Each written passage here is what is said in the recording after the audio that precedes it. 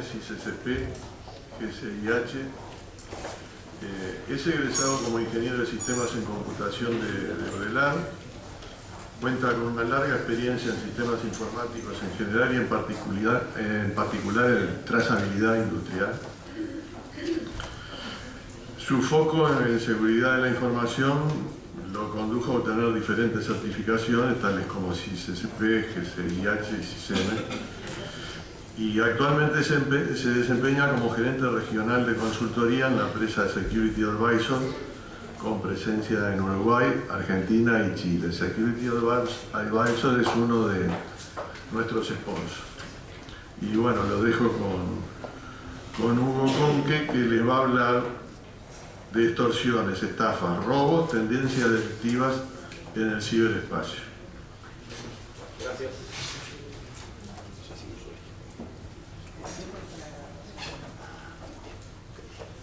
Bueno, buen día a todos. Gracias por animarse. Y quiero abrir esto haciéndoles un par de preguntas que vamos a tratar de responder en el desarrollo de la presentación. Si el ciberdelito representase la economía de un hipotético país,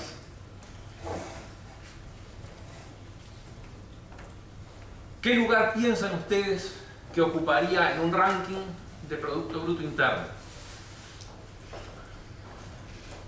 Les dejo la inquietud, si alguien inquieta, ya vamos a verlo. Y después, otra cosa que también les invito a pensar es en algo que aquí el colega comentaba hace un ratito, de vulnerabilidades y manejo de las vulnerabilidades y de todas estas cosas que de alguna forma nos están aquejando permanentemente, dejando de lado el aspecto puramente humano, que de hecho, bueno, ya hemos hablado en estas mismas circunstancias en otros años del humanware y de todas esas cuestiones. Dejando de lado eso, que sin duda alguna es lo que se lleva las palmas, ¿cuál creen ustedes como vulnerabilidad tecnológica que es la más presente, la que más pesa de alguna forma? ¿Okay? Bueno, y planteado esto, vamos a tratar de empezar a desarrollar el tema. Justamente, bueno, las dos preguntas que les comentaba, ¿no? Es decir, bueno, a ver, si esto representase la actividad económica de un hipotético país, ¿dónde andaría en cuanto al PBI? Y esto otro, ¿verdad?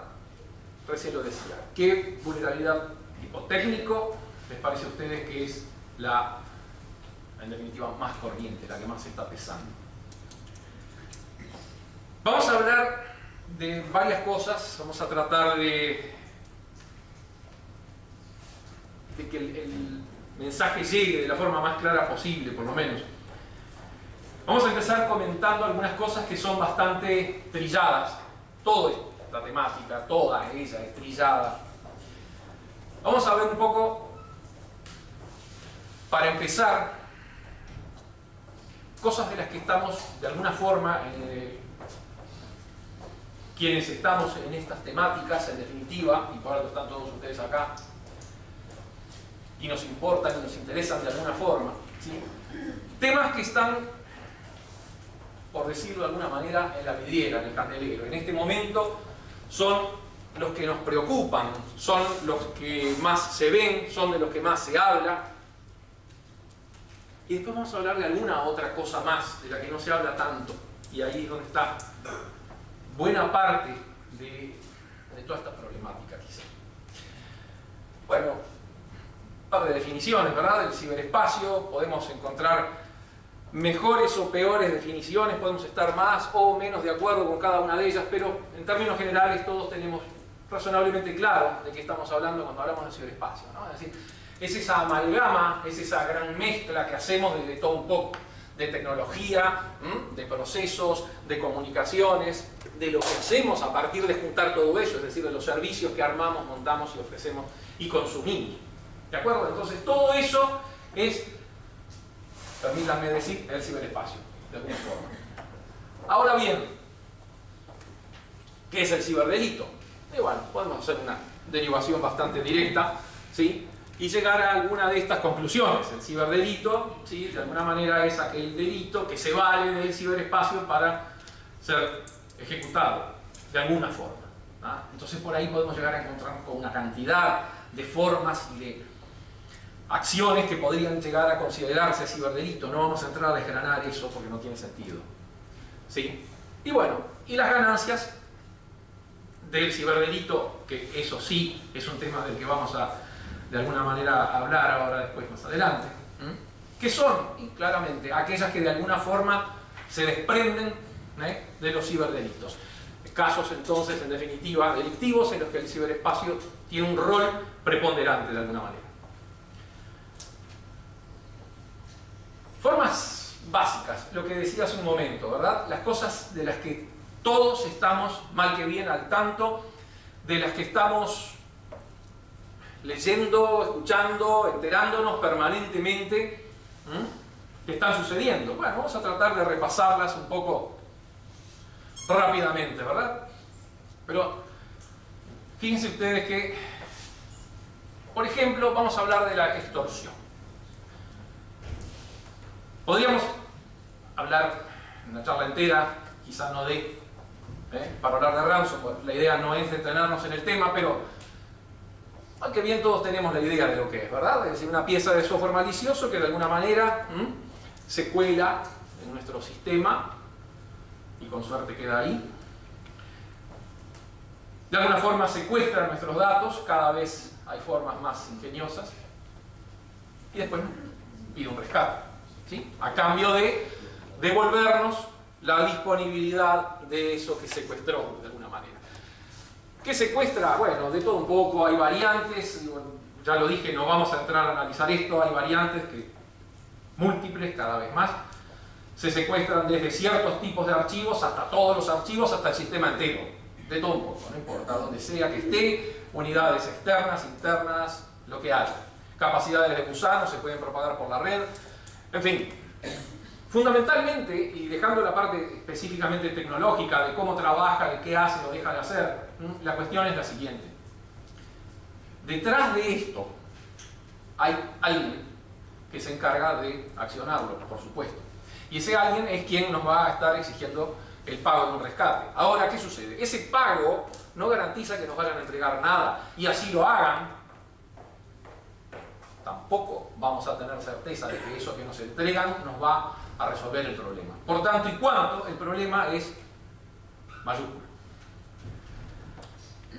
Bueno, detalles múltiples, como decía, cada vez más esto está evolucionando permanentemente, las tácticas que está habiendo para infiltrar el malware en general, no solamente el ransomware, por supuesto, ¿verdad? El ransomware es un tipo de malware, pero digo, las tácticas son compartidas en general, ¿verdad? El hecho de el concepto de dropper, no sé si les suena, pero la idea del dropper es como una especie de avanzadilla, de un paracaidista que se nos cuela de alguna manera en el sistema sin que nos demos cuenta y sin que se dé cuenta por ahí el software que tenemos de defensa, y que hasta inclusive puede llegar a quedar dormido, vale decir, puede entrarnos hoy y quedarse allí durante X días, ¿sí? De manera que si hay algo que está monitoreando actividades sospechosas, por ahí nos sospeche, ¿sí? Y posteriormente eso se pondrá en contacto, ese software empezará a funcionar, ¿sí? Y se puede llegar a poner en contacto seguramente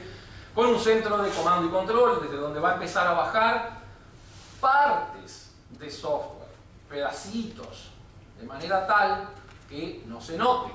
¿Y qué hace después de juntar todos, de conseguir todos esos pedacitos? Lo junta, ¿sí? Es como entrar un auto en partes, ¿sí? Vamos entrando las puertas, las ruedas, los asientos, y después que juntamos todo, lo armamos. Y ahí tenemos el auto. Bueno, esto es algo parecido.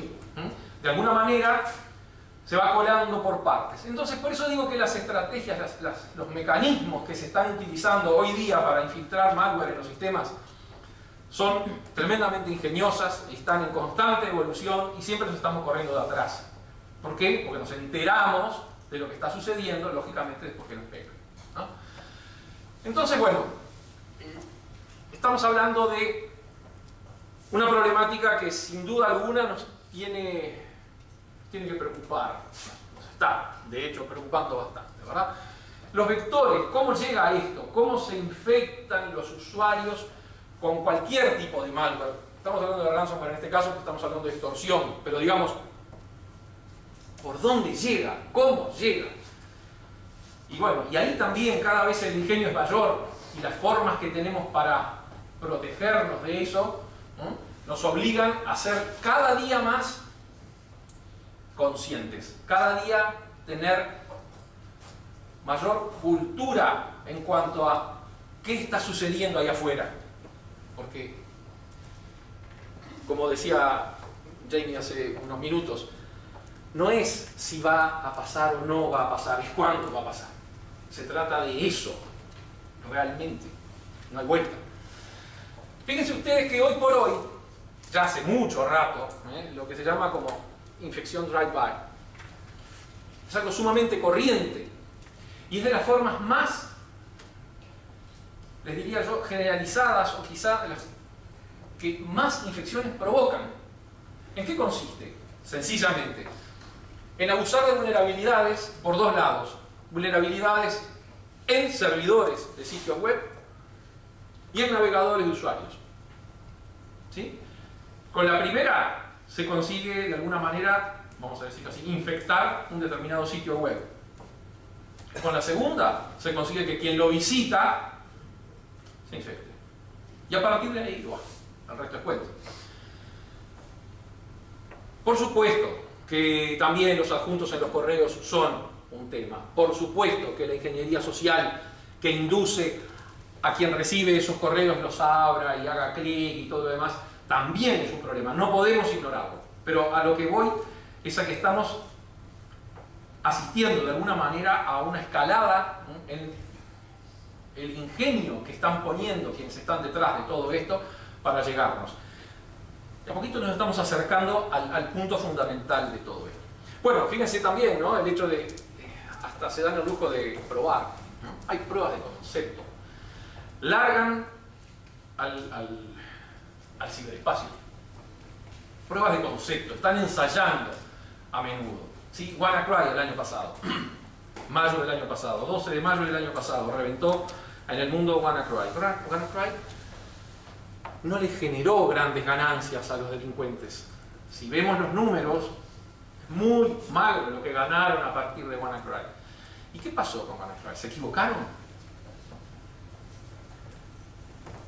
Alguien puede pensar que sí, pero muchos piensan, y comparto el punto de vista, de que fue una prueba de concepto. Fue a ver qué pasa. Hasta dónde podemos llegar con determinado mecanismo. ¿Sí? Entonces, de lo que estamos hablando es de algo que vino para quedarse y que cada vez nos va a estar complicando más la vida. Ahora, fíjense ustedes, yo lo dije hace un momento, fíjense ustedes qué es lo que está pasando acá, qué es lo que está siendo principalmente explotado. Esto responde a la pregunta que hice al principio. ¿Qué está sucediendo? Esto está sucediendo. Fundamentalmente, eso está sucediendo. ¿Sí? Podemos decir sí, pero en realidad esto y lo otro, sí. Y seguramente sea sí la respuesta a cualquier objeción que me puedan hacer al hecho de que puede haber muchas otras cosas. Pero el software desactualizado por falta de aplicación de parches y aplicaciones, ¿sí?, y actualizaciones es fundamental. Fíjense ustedes, volvamos al caso WannaCry del año pasado. Cuando explotó, dije 12 de mayo, abusó de vulnerabilidades en Windows que Microsoft había resuelto en el mes de marzo. 2 meses antes.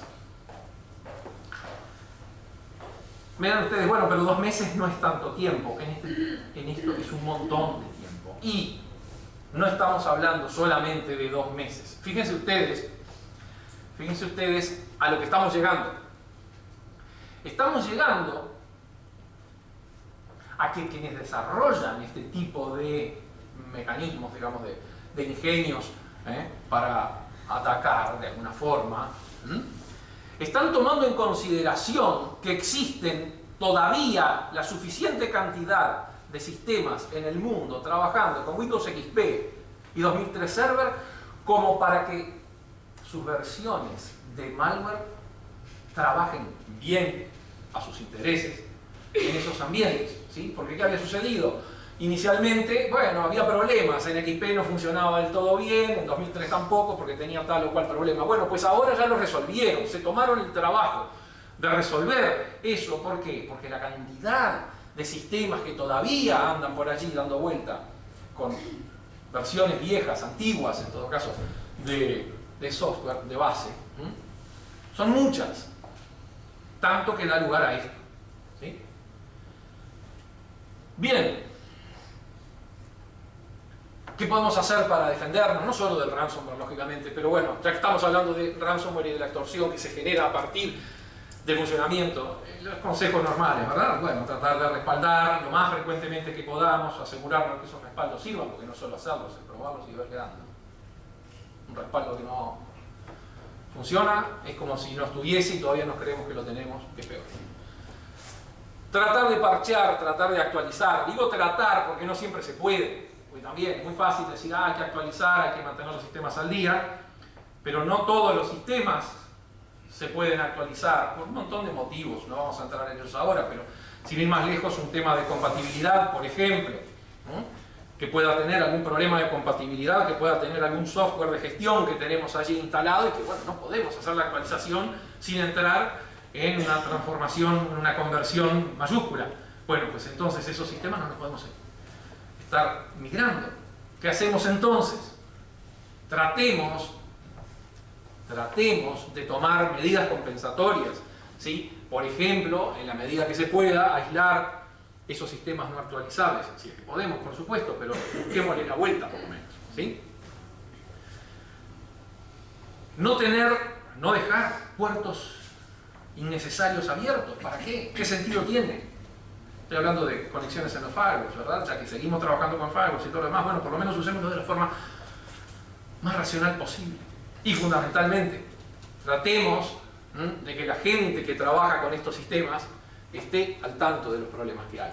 Concienticemos, adoptemos una cultura de seguridad de la medida que se pueda. Ahora bien, la extorsión no queda acá.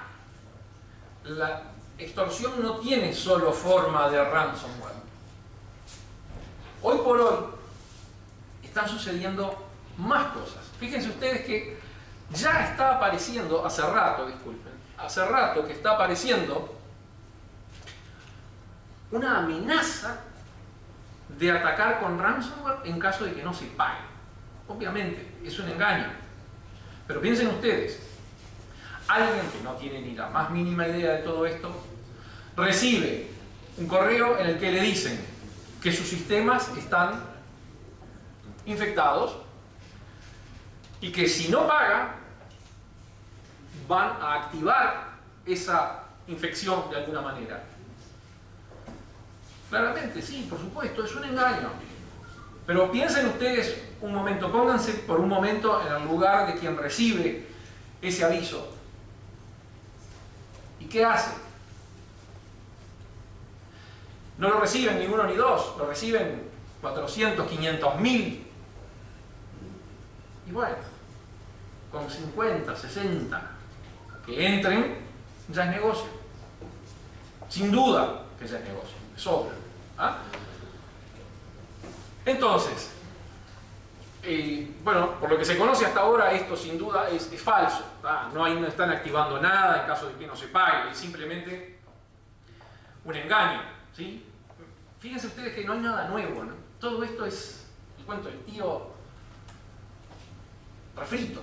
Es decir, hay equivalentes a todo esto en el mundo real, en el mundo físico, ¿sí? No sé si ustedes recuerdan, pero bueno, hace unos años se había empezado a dar aquello de que encuestaban gente, le tomaban los datos y después contactaban a la familia diciéndole que esa persona había sido secuestrada. En fin, Por eso digo, no hay nada nuevo, son todas formas diferentes de hacer las mismas cosas, ¿verdad? Divulgación de datos. Amenaza con divulgar datos, con divulgar información, con divulgar algo que nos interesa que no se sepa o que no se conozca. Datos de salud, objetivos muy atacados últimamente. Datos comerciales, datos económicos, de empresas, pero también extorsión a personas con cosas reales y con cosas no reales. Fíjense ustedes, esto es bastante reciente, como podrán ver. Esto es algo que anda en la vuelta. No sería raro que sepan de alguien que ya también haya recibido un correo similar. Concretamente, ¿qué está pasando acá? Están abusando,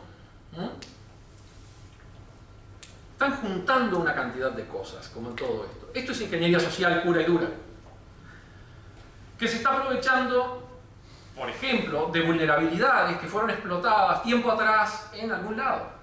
En este caso, concretamente, ¿con qué tiene que ver? Con una explotación que hubo en el año 2012 de una cantidad de cuentas de LinkedIn, en las que se robaron las credenciales de los usuarios, o de una buena parte de los usuarios de LinkedIn, y que después eso pasó a formar parte de, ¿qué? De bases enormes de datos que se vendían, ¿para qué? Para de todo un poco. Por ejemplo, este tipo de cosas. ¿Sí? Entonces, fíjense acá lo que está sucediendo. Están contactando a esta persona diciéndole que entró a un sitio donde hay videos pornográficos y que su máquina se infectó y que lo estaban monitoreando y grabando en realidad mientras él veía ese video y una serie de cuentos y le piden $8.000. A ver, esto es extorsión, esto es engaño, ¿sí? Pero se está utilizando la tecnología, estamos viendo cómo se está usando toda esta problemática de alguna manera de la que estamos hablando, para engañar a la gente, para extorsionar a la gente y sacarle dinero. ¿De acuerdo? Así que bueno, ejemplos de esto podríamos tener muchos más, pero fíjense que es algo que está sumamente vigente. Las estafas, el phishing. No vamos a entrar en detalle a analizar el tema del phishing, pero bueno, ¿sí? Es necesario mencionarlo.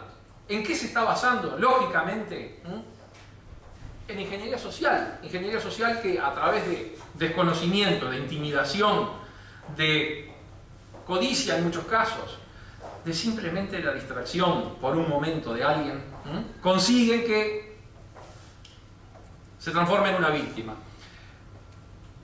Propósitos principales perseguidos por el phishing, bueno, lógicamente el robo de credenciales, ¿sí? Para poder después acceder a, normalmente, sitios de banca online es lo más perseguido, ¿sí? Pero también mediante phishing se busca engañar a la gente para poder instalar lo que decíamos, ¿sí?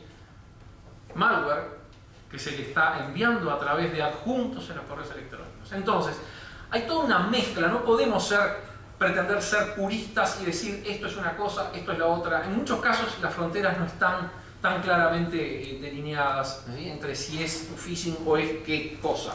¿De acuerdo? Todos son formas de engaño de alguna manera, ¿sí?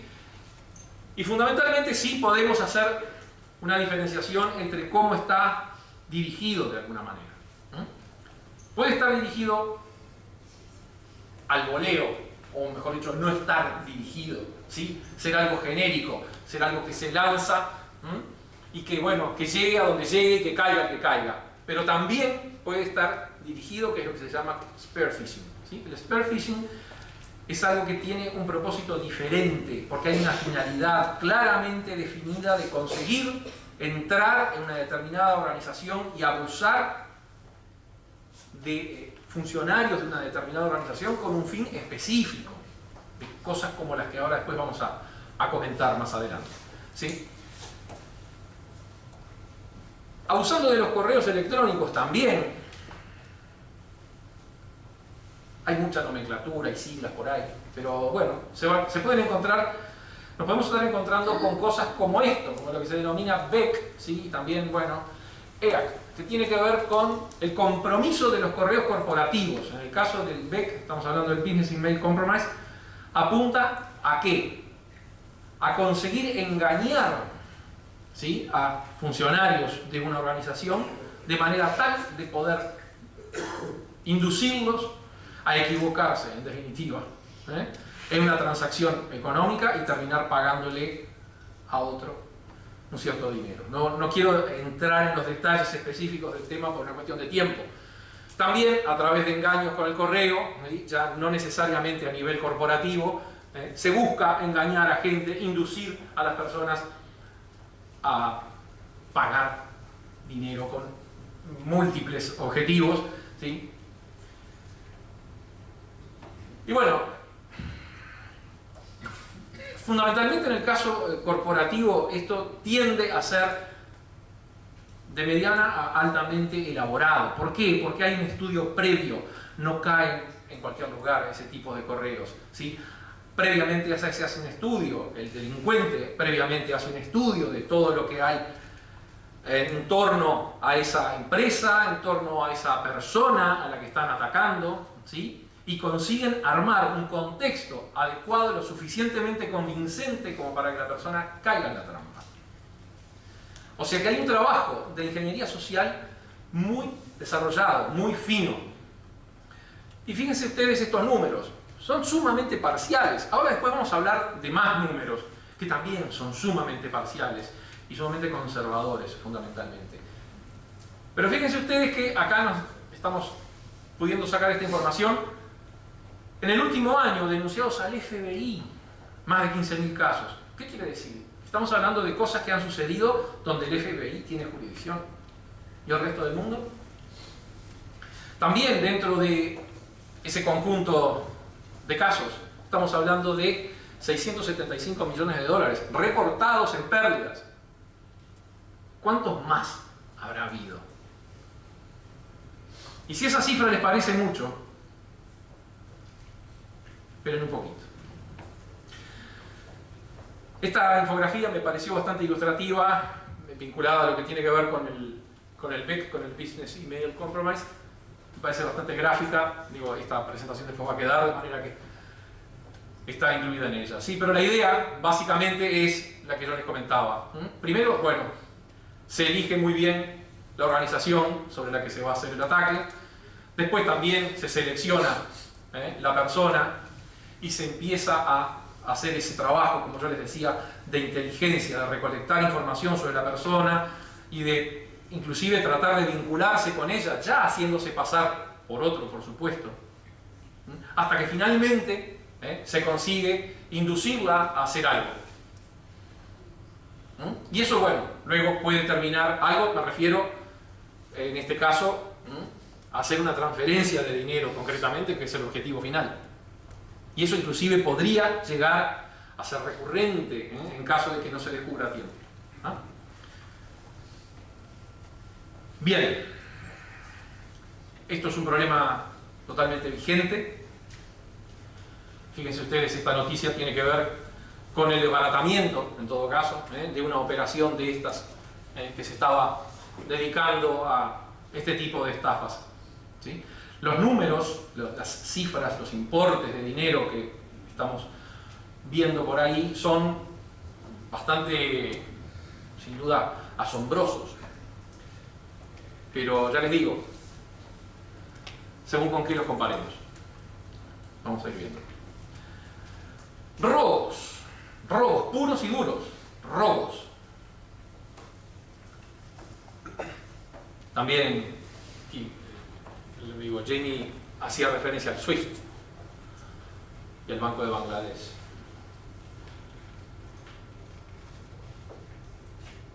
También se roban, lógicamente, dineros de cuentas personales. ¿A través de qué? Y bueno, de conseguir las credenciales a través de phishing y a través de otras técnicas, que las hay. Pero son robos concretos de dinero, ¿de acuerdo? Ahora también se están robando datos y también se están robando identidades. ¿Por qué? Porque todo eso de alguna forma es monetizable. De alguna forma hay mercado. A alguien le importa comprar datos de salud, a alguien le importa comprar datos de posicionamiento, de dónde anduvieron los usuarios de determinada cosa. ¿Para qué? Vayan a saber para qué, pero seguramente quien los compra sepa para qué. Ya tuvimos un ejemplo, ese que veíamos, ese correo. Alguien compró una gigantesca base de datos con usuarios y contraseñas de LinkedIn. Bárbaro. LinkedIn avisó, cambien las contraseñas, fuimos violados, nos robaron un montón de datos. Perfecto, la gente cambió sus contraseñas. ¿Problema terminado? No. ¿Problema terminado? No. ¿Por qué? Porque ¿de qué abusaron ahí? Abusaron de que seguramente muchísima gente utiliza la misma contraseña para un montón de lugares. Y abusaron también de que seguramente muchísima gente entra a sitios de pornografía. Y abusaron de que muchísima gente se vería bastante comprometida o molesta o, digamos, no le gustaría saber que está viendo determinado tipo de contenidos. Entonces están abusando de todo eso. Pero para hacerlo, ¿qué hicieron antes? Compraron probablemente 1, 2, 10, 25 bases de datos que tienen cientos de miles o millones de credenciales de personas. En este caso, ese correo hacía referencia a una contraseña que realmente esa persona había utilizado. O sea que, ¿ven ustedes cuál es la lógica detrás de esto? Por eso todo esto es monetizable de alguna manera. Justamente los robos en los bancos. Hay muchísimas formas, pero digamos que el ciberdelito está abriendo nuevas puertas para los robos. Fíjense ustedes que ahí estamos de vuelta hablando de cosas que ya hablamos. ¿Cómo consiguen infiltrarse en un sistema de un banco, por ejemplo?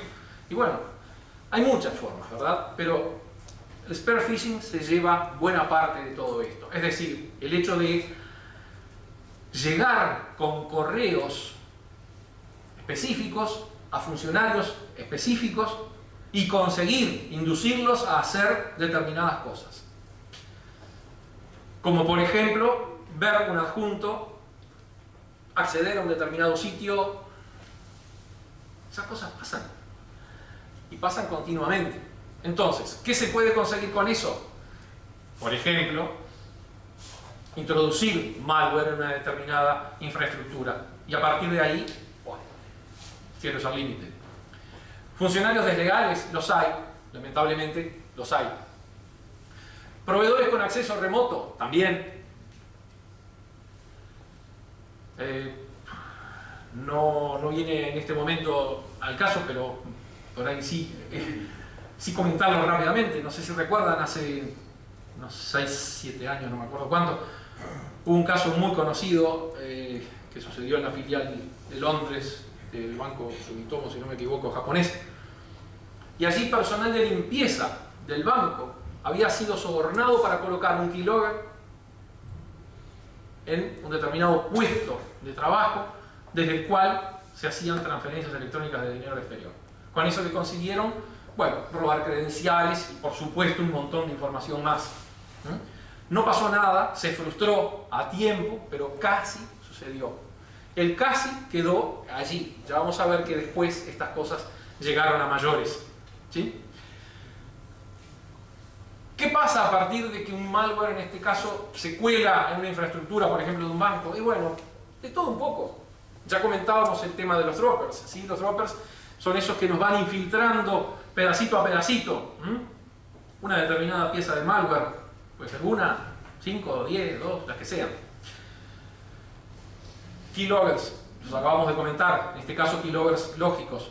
¿Sí? El que hablaba del caso del banco japonés era físico. Relevamiento, entender cómo está armada la red, qué tráficos hay, qué cosas se hacen, qué sistemas hablan con qué otros. En fin, todo eso se puede hacer a partir de infiltrarse en un sistema mientras no se nos descubra. ¿Y a partir de ahí qué? Y bueno, para el caso de los robos concretamente, trabajando sobre los sistemas que giran en torno a SWIFT, conseguir generar transacciones fraudulentas, ¿sí? Manipulando algunas legítimas, inyectando falsas y, por supuesto, ocultando los mensajes que el propio sistema genera, el sistema SWIFT, ¿verdad? Pero bien, justamente el caso del Banco de Bangladesh es sumamente ilustrativo. Esto sucedió, se estima que entre fines de 2015 y principios del 16, el hecho en sí sucedió los primeros días de febrero del 16, aprovechando un feriado y un fin de semana y demás. Pero concretamente, fíjense ustedes lo que sucedió. Consiguieron infiltrar un gateway, un sistema que se encargaba de hacer la conexión entre el sistema bancario propiamente interno del banco, ¿sí?, y el sistema SWIFT. No vamos a entrar en los detalles de lo que sucedió, simplemente digamos que se las ingeniaron para poder inyectar transacciones falsas, cuya ilegitimidad no se detectó hasta días después. Consiguieron robar 81 millones de dólares. Pretendían algunos más. Se le pincharon 30 de 35 transacciones. Estaban apuntando a cerca de 1.000 millones de dólares. Pero consiguieron 81. Sin duda, algo bastante redituable, si lo vamos a mirar desde un punto de vista económico. Le fue bastante mejor que a estos individuos que tenemos acá. Bueno, también recientemente hubo un caso más cerca, Chile, Banco de Chile. Hace un mes a Banco de Chile le robaron 10 millones de dólares. Mirá, 81 es más, sí, obviamente, pero 10 no son pocos. 10 millones de dólares, ¿cómo? De una forma que todavía no está clara, no hay demasiada información, hay algo, pero no demasiado, como en el caso de Bangladesh. Hubo una distracción, generaron una distracción para la gente de seguridad del banco, y mientras tanto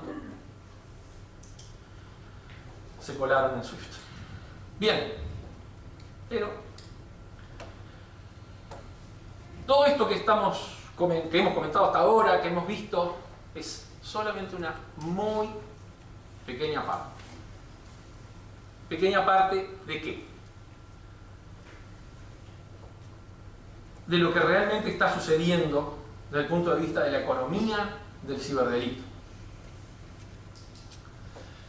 Normalmente nosotros analizamos el costo, las pérdidas que genera el ciberdelito. Algo que es muy parcial, porque no todo el mundo lo confiesa, no todo el mundo lo divulga, como decía Jaime hace un rato, porque no hay demasiada información, y la información que hay tampoco podemos saber qué tan fiable es.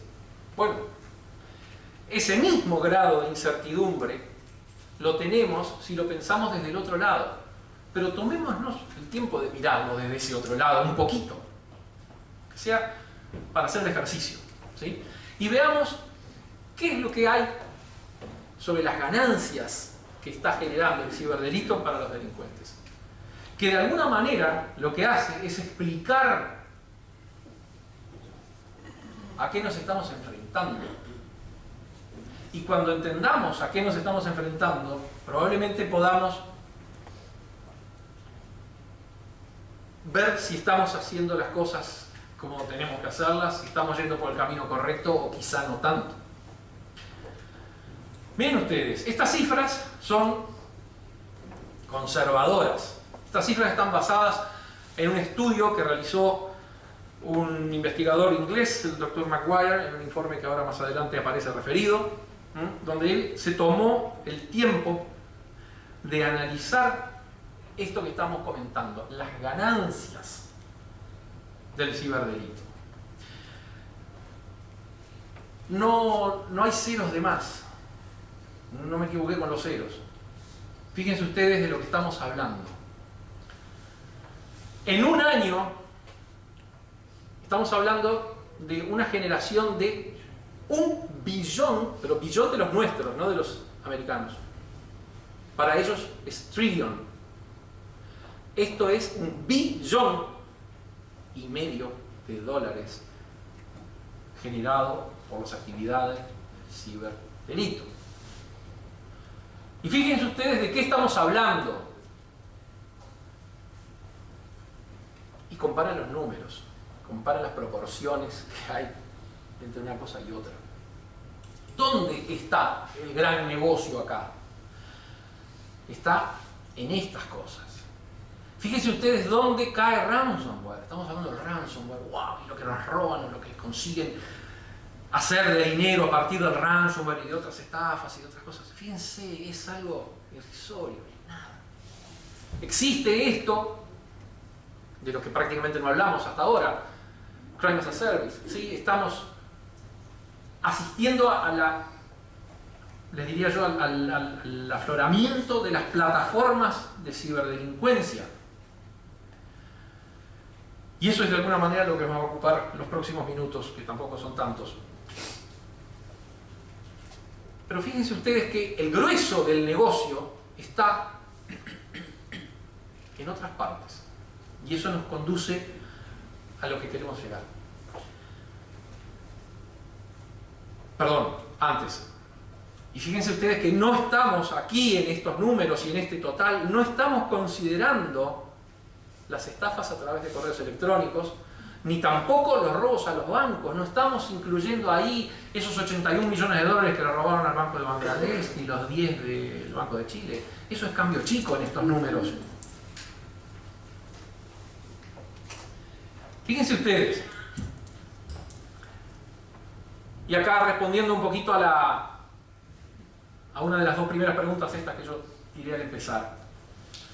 Si esto fuera la economía de un país, si la actividad delictiva, ciberdelictiva, fuese la economía de un país, ¿dónde andaría rankeando esto en una tabla de PBI decreciente? Fíjense ustedes que con esos números que estamos manejando, y por tanto entonces, como mínimo, porque decimos esos números son sumamente conservadores y no incluyen todas las formas de delito, estamos hablando de que estaría apenas por detrás de la economía de Rusia en el lugar 13.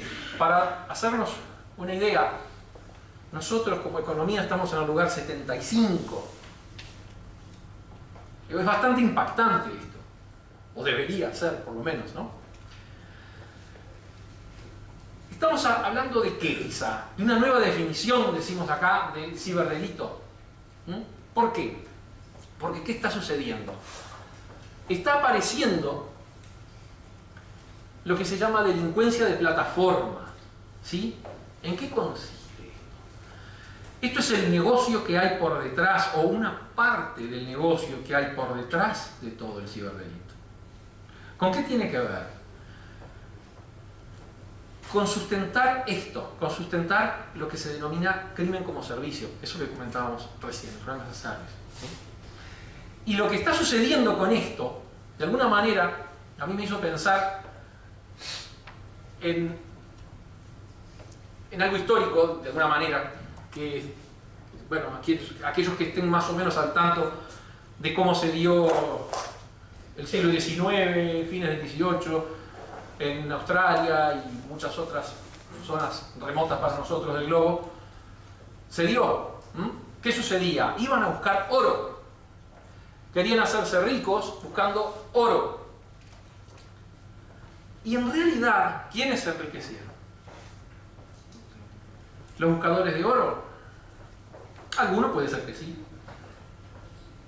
Pero fundamentalmente los que se hicieron ricos fueron los que les vendían las cosas que usaban para buscar el oro.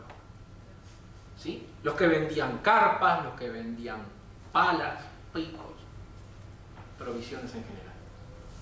Esos fueron los que verdaderamente se enriquecieron. El día de hoy, buena parte de las fortunas que hay en Australia y Nueva Zelanda están en manos de familias cuyo origen fue ser proveedores en la época de la fiebre del oro. Y entonces, me dirán ustedes, ¿qué tiene que ver esto? Tiene que ver y tiene que ver mucho. Fíjense ustedes que está habiendo todo un mundo de actividad económica llamémoslo de alguna forma, porque en definitiva es actividad económica, más allá que sea delictiva o no, o con fines delictivos o no. Pero fíjense ustedes los precios que se están manejando en el mercado por este tipo de cosas. Alguien que tiene un exploit para Adobe, por ejemplo, tipo día cero, en el sentido que todavía está en esa fase de que no es demasiado conocido, lo está vendiendo en un entorno de $30.000.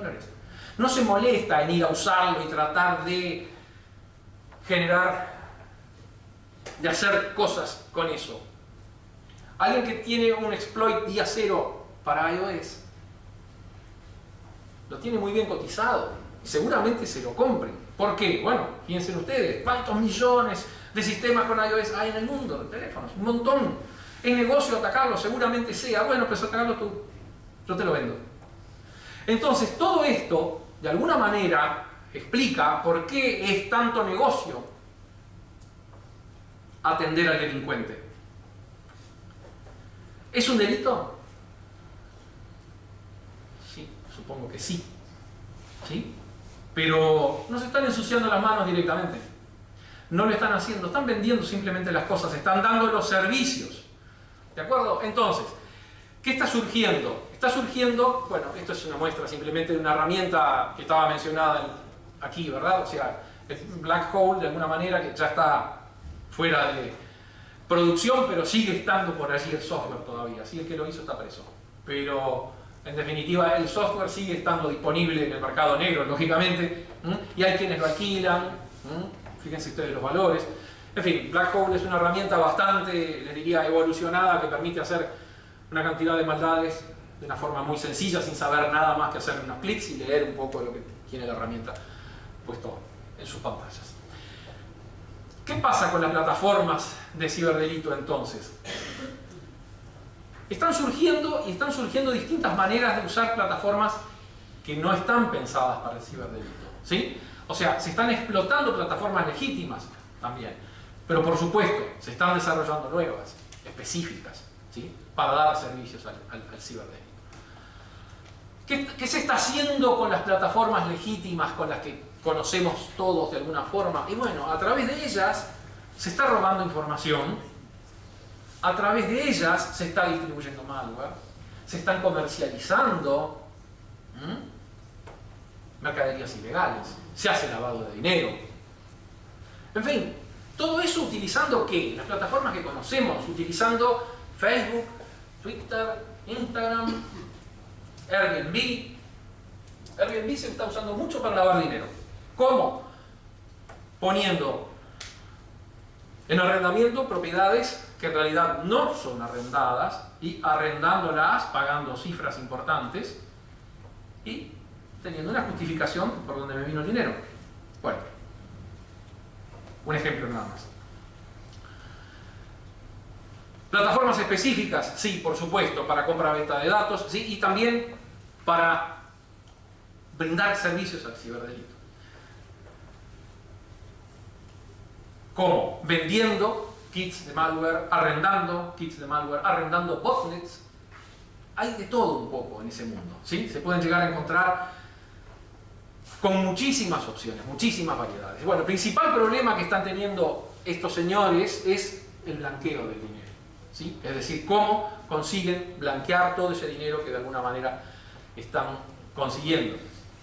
Esta es la información que hay también relativa a, y por supuesto hay que tomarla con la relatividad del caso, pero del mismo modo hay que tomar también la información que tenemos sobre las pérdidas, como yo decía hace un rato, ¿sí? Y de alguna manera tiene que ver entonces esto con cómo estos delincuentes están distribuyendo invirtiendo, guardando, de alguna manera, ese dinero que recaudan. Fíjense ustedes que, ¿cómo lo gastan? Hay reinversión. Y esto es lo que nos da la idea de economía. Está habiendo reinversión. ¿En qué? En investigación y en desarrollo de herramientas. Esto nos tiene que prender una luz. Esto es una economía paralela a la legítima o a la que consideramos legítima. Fíjense ustedes, esto es muestra simplemente un par de noticias, una de un año, otra bastante más reciente. A este individuo lo detuvieron en Grecia por encargarse de estar lavando dinero. Este tipo solo lavó 4.000 millones de dólares. Una persona. Y esa persona seguramente no lavó esos 4.000 millones para él. Está inserto en toda una mecánica delictiva, ¿sí? Y seguramente sea un peón. Un empleado más de los tantos que hay. Entonces, esto de alguna manera lo que nos muestra es, o nos tendría que mostrar, es lo que está por detrás. Justamente, este es el informe al que yo refería, ¿sí? The Web of Profit. El doctor Maguire hizo este informe y fíjense lo que dice. Está hablando de un cambio fundamental, nos dice, en el delito en sí mismo. Los delitos pierden protagonismo, y los que cobran protagonismo de alguna forma son los servicios que los alimentan y soportan. Es decir, ¿dónde está el negocio? ¿En delinquir? No, en ayudar al que delinque. Ahí está el gran negocio. Entonces, ¿esto qué tiene? Prolifera. ¿Por qué? Justamente porque es negocio. Y no va a quedar ahí. Porque justamente, ¿qué pasa con todo esto? Fíjense ustedes. El ciberdelito no es en sí mismo. El ciberdelito es una actividad más, una cara más, que tiene la delincuencia en general en el mundo. Es una forma más de financiamiento. Es decir, lo importante, lo que me gustaría que quedara como mensaje importante de todo esto, en definitiva, es que estamos hablando de que por detrás del ciberdelito hay cosas muchísimo más pesadas y más duras. Es decir, nos da lugar a preguntarnos, caramba, ¿lo estamos encarando a esto de la forma adecuada? Es decir, ¿estamos enfrentándonos sabiendo a qué nos estamos enfrentando? ¿De verdad? En fin, simplemente para liquidar esto, para los que les gusta investigar un poquito, esto es historia, esto sucedió ya hace unos años. Había una empresa que se dedicaba a producir software supuestamente de seguridad, en realidad no era todo una estafa, pero fíjense ustedes que consiguió un volumen operativo brutal, más de 600 empleados, clientes en 60 países, operaciones enormes en definitiva. Fíjense ustedes de lo que estamos hablando acá. En el año 2009 obtuvo ganancias por 180 millones de dólares, cuando Twitter llegó a los 106 recién en 2011. O sea, estamos hablando de algo bastante significativo. Lo pongo como un ejemplo nada más. Me dirán, caramba, pero esos números comparados con los que veíamos recién no son nada. No, claro que no. Esto está creciendo en forma exponencial, brutalmente exponencial. Esto es viejísimo, esto tiene 10 años. ¿Sí? Pero fíjense ustedes que se daban al lujo de tener 3 call centers para atender a sus clientes que compraban software inútil, falso, con lo que lo único que hacían era robarle el dinero. Bueno, pues estas personas desarrollaron todo, les diría yo, un mundo, en definitiva, corporativo, falso. Y bueno, quizá algunos recuerden haber visto estas piezas de software, había más, todavía quizá alguna ande por allí. Por supuesto, terminó así. En realidad no terminó, a ninguno de los dos los agarraron todavía. Es decir, embolsaron una buena cantidad de dinero y al día de hoy están por ahí. ¿Qué pasa con esto? Bueno, por supuesto, hay muchísimos imitadores, pero yo lo que quiero mostrar con esto, en definitiva, es cómo se pueden llegar a organizar realmente delincuentes para llevar adelante este tipo de actividades. Entonces, lo que decíamos hoy, esto vino para quedarse. Lo que tiene por detrás son intereses sumamente grandes. El ransomware no es el problema. Sí, por supuesto lo es para el que cae en el momento. Pero el ransomware es una sombra, una pequeñísima sombra de ese gran monstruo que hay por detrás en realidad, ¿sí? Es como el juego de las sombras con los dedos, ¿se acuerdan? Las sombras chinescas, ¿sí? De hacer formitas con los dedos y proyectarlas en la pared. Estamos mirando las sombras en la pared. No estamos viendo los dedos realmente. Y claramente no es un problema tecnológico. Y si lo seguimos enfrentando como un problema tecnológico, se nos está escapando una muy buena parte de la cuestión. Así que bueno, de mi parte es todo.